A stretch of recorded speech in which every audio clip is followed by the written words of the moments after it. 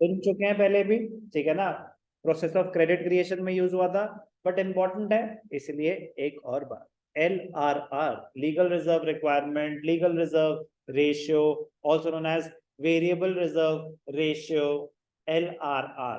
दो कंपोनेंट्स होते हैं, दो कंपोनेंट्स होते हैं, एक CRR और एक SLR। दो कंपोनेंट्स होते हैं, एक CRR और एक SLR। CRR cash reserve ratio, cash reserve ratio क्या होता है?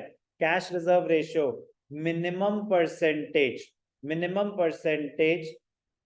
Of the net demand deposits and time deposits. Commercial bank के पास जितना भी पैसा आया उसका एक minimum percentage which the commercial banks have to keep with RBI, उसको कहते हैं CRR, कैश रिजर्व रेशियो। कि for example cash reserve ratio है 5%, तो अगर कमर्शियल बैंक में टोटल डिपॉजिट्स आए, demand deposits and time deposits मिला के 100 रुपए आए, तो अगर CRR 5% है तो 5% रिजर्व क्रिएट करना पड़ेगा कमर्शियल बैंक्स को RBI के पास। तो cash reserve ratio, it is the minimum percentage of demand and time deposits kept by the commercial banks with the central bank, कोई डाउट? डेफिनेशन एग्जैक्ट होनी चाहिए, minimum percentage of net demand and time liabilities और time deposits which the commercial banks have to keep with RBI। Sir लेकिन इसको money supply में कैसे use होंगे? अरे डायरेक्ट इंपैक्ट है, डायरेक्ट इंपैक्ट। CRR बढ़ा दूंगा अगर मैं RBI हूं, अगर मैं रिजर्व रिक्वायरमेंट बढ़ा दूंगा तो आप आगे कम लोन्स दे पाएंगे या ज्यादा? कम दे पाएंगे, तो डायरेक्टली इंपैक्ट हो गया money creation, money in supply. और अगर मैं चाहता हूं कि आप ज्यादा लोन्स बांटें तो मैं रिजर्व रिक्वायरमेंट कम कर दूंगा। कोई डाउट? मैं RBI हूं। A change in CRR affects the ability of commercial banks to create credit.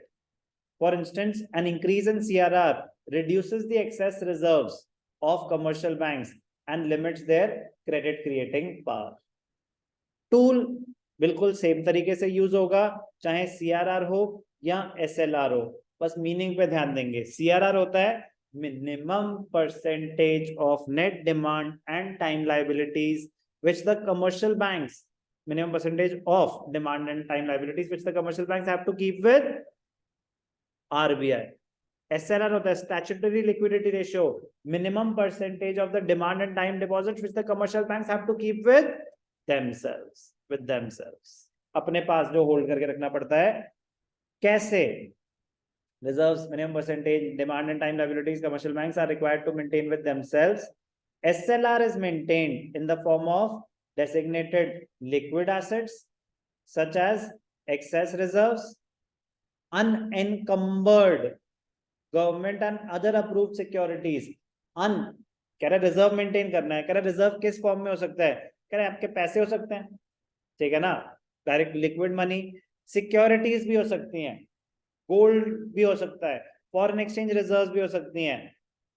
ये अनएनकम्बर्ड सिक्योरिटीज क्या होती है? नॉलेज से, एक होती है एनकम्बर्ड सिक्योरिटीज, एक होती है अनएनकम्बर्ड सिक्योरिटीज। मतलब क्या है? बड़ा सिंपल सा है, टर्म बड़ी मुश्किल सी है, मतलब बहुत आसान है। आपके पास गवर्नमेंट सिक्योरिटी है, आप कमर्शियल बैंक हो, आपके पास 500 करोड़ की गवर्नमेंट सिक्योरिटी है, आप उसको ना एज अ रिजर्व रख सकते हो। आपको पैसे रखने जरूरी नहीं है, रिजर्व के फॉर्म में आप सिक्योरिटीज भी रख सकते हो, प्रोवाइडेड आपने उनके अगेंस्ट कहीं से कोई लोन ना ले रखा हो, आपने कहीं वो गिरवी ना रखी हो, फ्री हो। मेरे पास गवर्नमेंट सिक्योरिटी थी, मेरे पास कोई एसेट था, मुझे आपसे पैसे चाहिए 500 करोड़, मैंने कहा ये लो सिक्योरिटी रख लो, तो सिक्योर लोन हो गया ना। अब जैसे ही मैंने वो सिक्योरिटी मॉर्गेज कर दी, गिरवी रख दी, अब वो फ्री तो नहीं है, वो हो गई एनकम्बर्ड। क्या हो गई वो? एनकम्बर्ड। अनएनकम्बर्ड होता है free, free of any charge, free of any lien, free of any restriction. Change कैसे अफेक्ट करेगा? वो तो डायरेक्टली है कि आप SLR बढ़ा देंगे, बैंक्स कम लोन दे पाएंगे, आप रिजर्व रिक्वायरमेंट कम कर देंगे, बैंक ज्यादा लोन्स दे पाएंगे।